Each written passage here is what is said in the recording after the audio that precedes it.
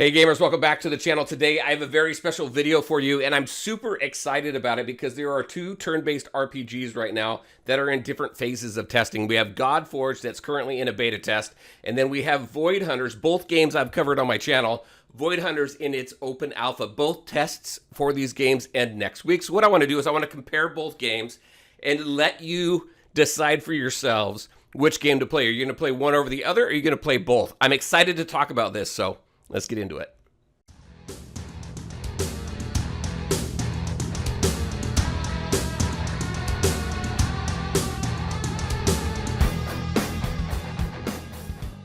All right, and welcome back. Really quick before we jump into this, I will have timestamps in the description below. This could be a little bit of a lengthy video, so if there's specific topics that you want to see first, you can go ahead and click around the video there.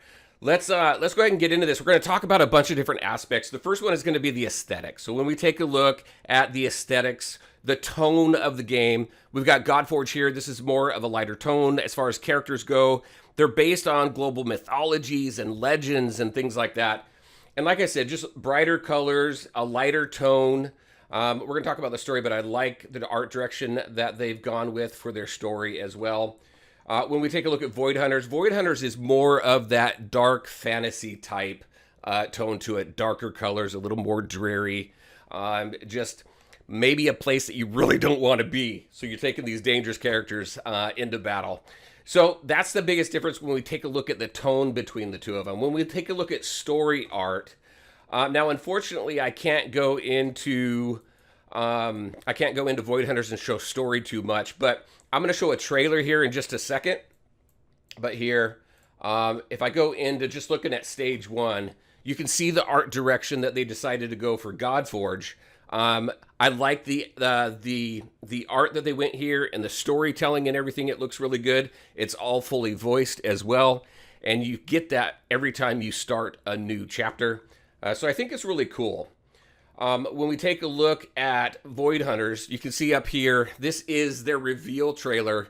Again, a little bit darker tone. You get that sense of danger, and then as you kind of get further into the story, you learn more about what's happening in that world, specifically around the Void. So when we take a look at both, I like the way that they do it for both games. I like how they're telling their stories. It comes across really well. So I think when it comes to story, if you're basing anything off of story, which some people do, some people don't, I skip through a lot of story and then I want to go back and just take a look at it in my own time. But if you're really interested in story, I don't think you can go wrong either way when it comes to story, and when it comes to the art direction as well, I think is really cool. All right, so let's talk about characters. So that light and that bright tone does follow through with the characters themselves. Much brighter colors when we start taking a look at the art and everything used. I think it's pretty good art. I did do a beta review of Godforge. If you haven't seen it yet, I'll put a link up to it over here. I do have one coming for Void Hunters as well, so all you Void Hunters fans out there, keep an eye out for that. I'm going to be working on that over the next few days. But the artwork, very cool. It looks pretty good. There's just a few things that I've called out as far as detail and stuff like that. Just like when you take a look at the Godforge, sometimes the art, like the hair and stuff like that, the wave mechanics and things like that, just kind of things that kind of draw you into the character. When we take a look at the Godforge characters here, you can see you've got a little more of that. When I turn left to right, you can see the dangling of the chains here. If I go into Jagia over here, just the personality that's in the characters as well, I think is really cool. Let me see, another one that I think is cool, like her putting on, you've got those wisps right there. Once she turns around, you just got the mechanics where you can move the stuff like that. So you can see the hair move as well. So just a little minor differences there. Those are some things that people care about. Other people probably don't care so much about, because a lot of these games, really the focus is building the right teams, getting the right synergies together, and both of these teams are great for that. When we talk about how these teams level, there is a food system for Godforge. You're leveling up lower rarity heroes so that you can rank up or star up your teams or the characters that you really want to build up. Like you can see, I've got this character here up to 6 purple stars, purple, pink. I'm calling him purple. But and that's through ranking up lower level heroes, using lower level heroes and lower rarity heroes as food to go ahead and rank up your higher level heroes. When we take a look at how Godforge, not Godforge, but how Void Hunters does it, it's through a dupe system. So let me just go down here to one of my heroes here. And if I want to go ahead and level them up, it's based off this hunt mechanic. No, it's not. It's right here. It's Awakening here. So the Awakening here is how you level up the yellow stars and then red stars. So the yellow stars here, I click on this, I have dupes. We've got like random dupes here that could be used, which I think is good. You also have character specific dupes as well. And just kind of to run through this, I've got, this takes one, go ahead and awaken that. So now two of them is going to awaken them to that 2-star. Then it goes up into rarity. So then let me just use this purple. And then 2 purples here. You can see as each time I do that, I increase my my yellow stars there. And then you start getting into the legendary type tokens. So still a lot of summoning, using a different system though to rank up. If I want to go to reds, just like Godforge, I don't have to be full gold stars to start on my red stars. They are actually red here. These ones here specifically call for the character duplicate. So this is going to use his epic token here in order to get him ranked up, and I just don't have it. So that's how the ranking system looks in Void Hunters. Again, both very different. So you got quite a few more characters to play around with in Godforge than you do Void Hunters, and the starring up mechanics are very different as well. When we take a look at combat, let me go ahead.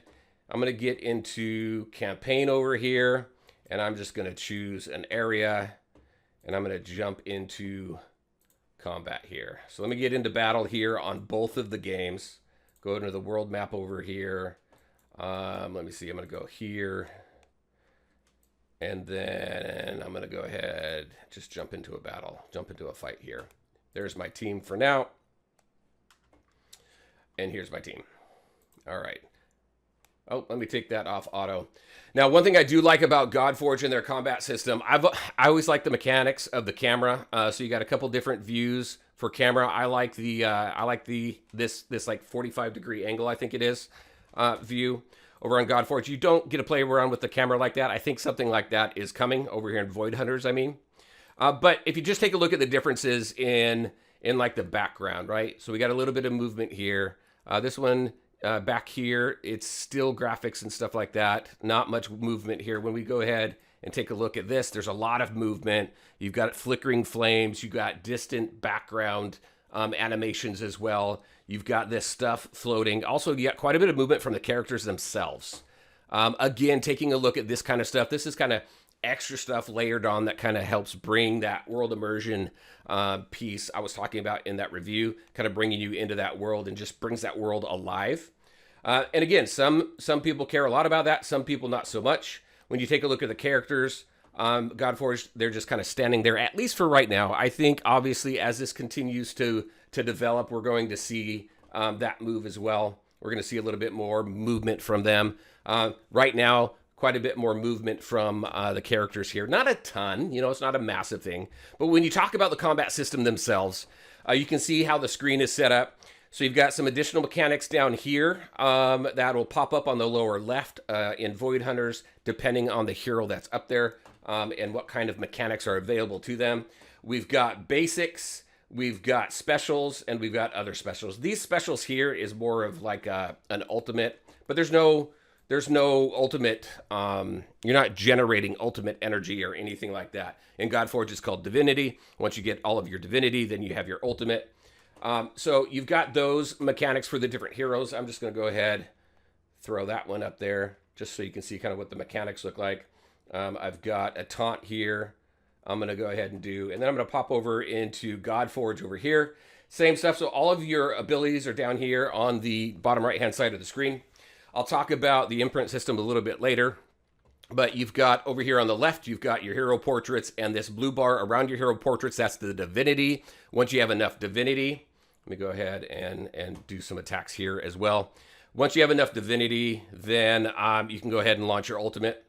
There's something cool about the ultimates too for Godforge I'm going to talk about just a little bit later as well. But the mechanics are exactly the same when it comes to turn-based RPGs, right? So both games, you're going to strategically put a team together where you are focused on synergies that benefit the team. You are going to launch your attacks in the most efficient way that complements each other as you're working through the different battles. So very similar with the combat system, just looks a little bit different. All right, next, we're going to talk about shops.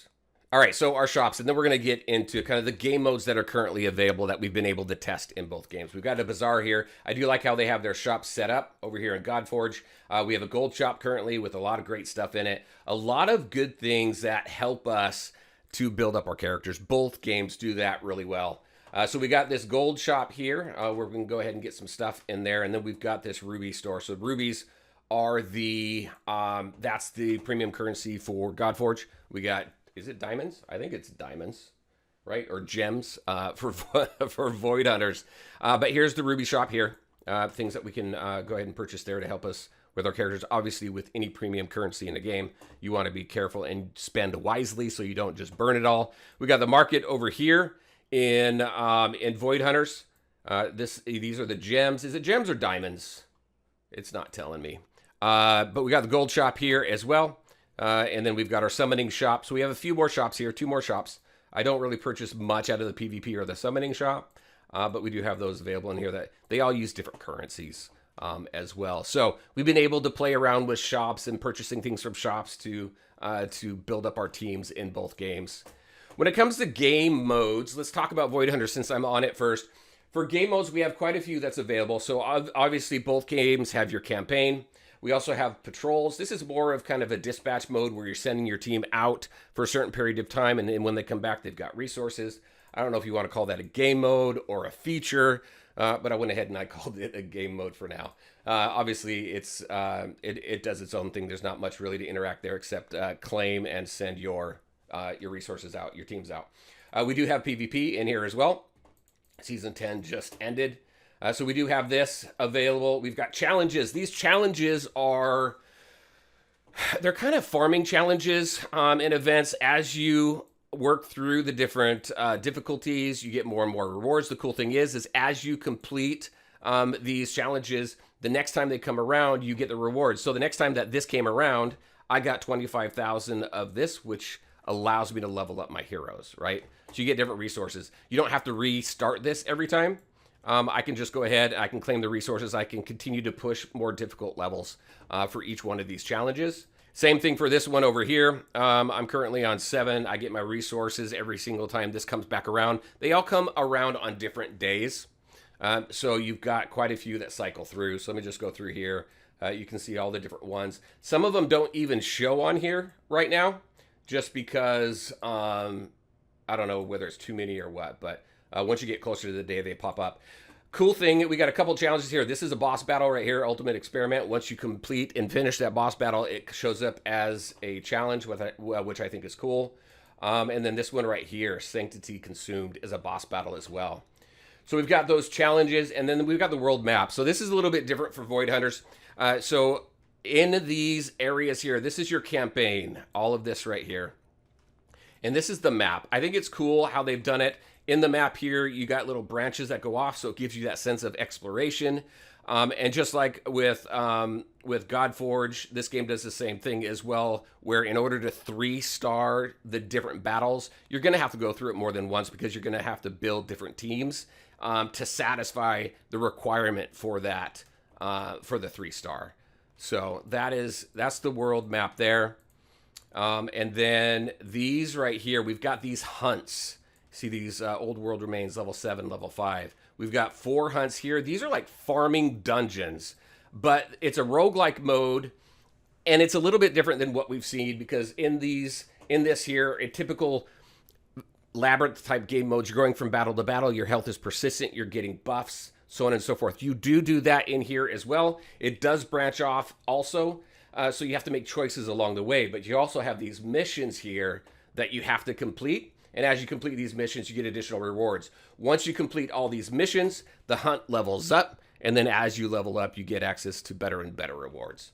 So that's the quick down and dirty of it. If you want to see more details, I've got other videos on my channel describing that in a little bit more detail. But these are like farming dungeons. These have requirements needed, these types of materials here, in order to level up the hunt level of your heroes. And by leveling up the hunt level of your heroes, it lets you further level up your heroes as well.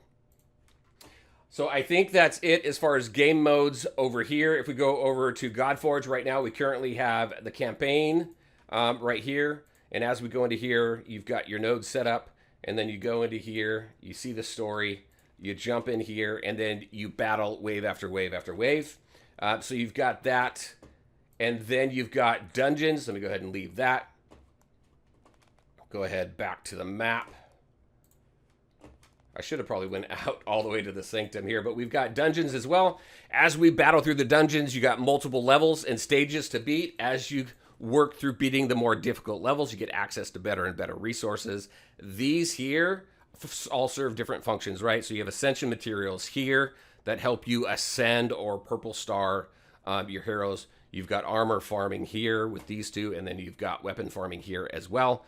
So they all serve their purpose, and they all help you to further strengthen your heroes in your teams, right? You also have rifts in this, so you can, I believe it was about a 10% chance. I think that's what Simon said in a live stream that he did, but these rifts pop up about 10% of the time. I don't know if that frequency increases as you get higher and higher in level and get to the more difficult difficult dungeon levels.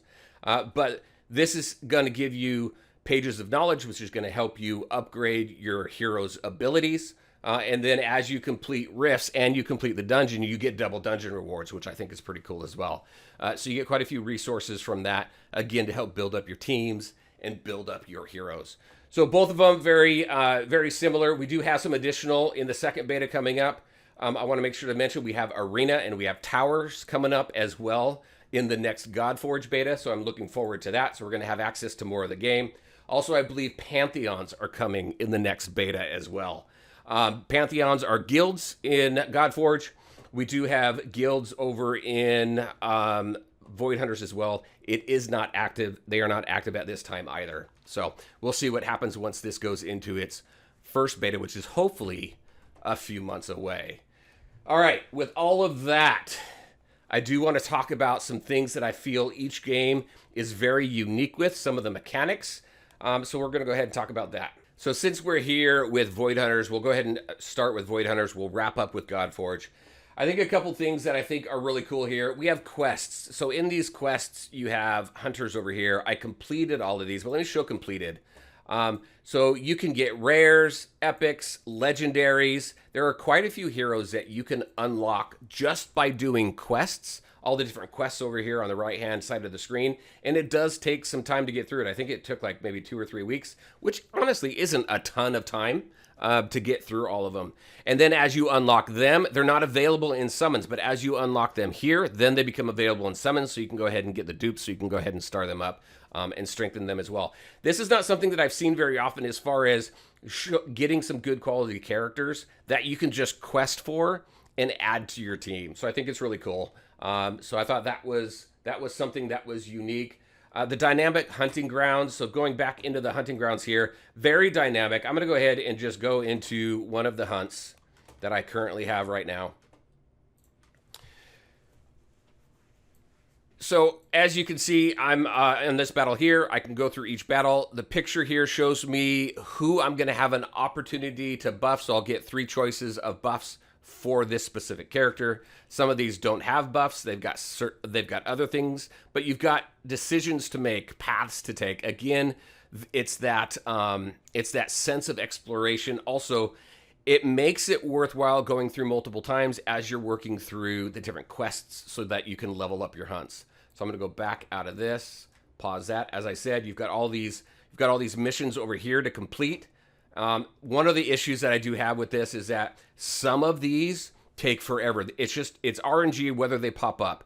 And that's been a little bit of a pain point for some of these, because there's one hunt that I haven't been able to level up actually for quite a while, because one of the things that I need, I don't know if it's even in the game right now. Again, it's in open alpha, so it may or may not be there, but it does take some time, so that's hopefully something. Well, I know the devs are going to be working on that to help with that RNG factor, so we don't have to farm the same hunt level for so long before we level up to the next. It is very important to complete these and level up your hunt level, because again, you're getting access to more and more rewards, higher rarity rewards, things that you need in order to level up the hunt level again of your heroes so that you can maximize their levels. So I thought this was pretty unique as well. Just the fact that you're farming them over and over and you're increasing their levels, and they're very dynamic and you have choices to make. They've got this void dungeon, I think it is. But anyway, you go in there and then there are 3 levels to that dungeon, and you can either back out of it and continue forward, or you can go ahead and complete that dungeon by completing those void layers. There it is, void layer. By completing that layer, you get quite a few resources. So I think that's pretty cool. And then the last thing, and I won't go into too much detail, but the last thing that I think that makes this game very unique is its void system. So when I go into my hunters here and you take a look at their abilities, there's this void mechanic here. So it's this void that's spread across the world, that's causing havoc, but you get to embrace the void and then use it as some abilities. It's an advanced combat mechanic that just, again, adds to the difficulty. I think as we get further and further into the game and we see more of the game, I think this is going to come into play more and more. But it's just a mechanic I've not seen before. And again, it adds that extra layer. So I think it's pretty cool. All right, so let's go to Godforge. Godforge, a couple things that I think are really cool about it. And if you watched my review, I've already talked about it, but I have to keep talking about it. This imprint system. So again, it's not something that I've seen in another game, and if I have, I completely probably forgot about it. But what this is I can click on this, and it gives me a buff right here, right? So it tells me for every 10 debuffs this hero receives, activate their core ability. The imprints go onto a weapon. You can imprint a weapon with these different types of passive abilities. These are passives of characters that are in the game. So if you go to any character in the game and you take a look at their passive, you can extract that right here. Extraction, boom. Let's say I want to extract the passive from here. You can see it has a 10% chance to gain an extra turn when inflicted with strong. It's a little bit of a stripped down version of this actual character's passive, but it gives you the opportunity to go ahead and take that passive, put it on a weapon, put that weapon on another hero, and now your hero has 2 passives if it's rare or higher. Your lower rarity heroes don't have passives that you can extract, or passives at all. So I thought this was a really cool mechanic. It adds an extra layer of strategic thinking when you are building your teams and when you are building your heroes, and where you put these imprints and what weapons that you put them on. So I thought that was pretty cool. The other thing that I think is really cool, and we're going to go into a dungeon here, and it is the ultimates. I was talking about it a little bit before that we would get back to it. I'm going to go ahead and take it off auto. But again, as enemies and as allies take turns, the divinity fills up. And once it fills up, you see the blue blaze, and it allows you to cast your ultimate. I have seen this in other games, but not very often. But you can use your ultimates out of turn. And I think that is very, very cool. That also adds another strategic layer when you're building your teams, when you're thinking about the different characters that you want to build and build teams with. So I think that's really cool. All right, I'm going to go ahead. I'm going to go back out. Let's leave this and go back to the Sanctum. So that is it. A bit of a lengthy video, like I said. Both games I'm super excited for. Both games have some pluses and minuses, but overall, where they are, I'm excited to see how both games continue through development.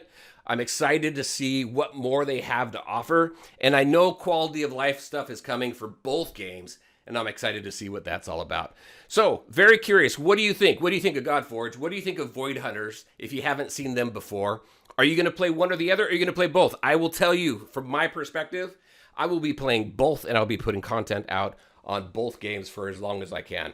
All right, everybody, that is what I had for you. Very happy that you stuck with me through the end of the video. As always, I want to thank you all for taking the time to watch the video. If you liked it, make sure to hit that like button and share your thoughts and questions in the comment section below. Take care, everybody, and we'll talk to you next time.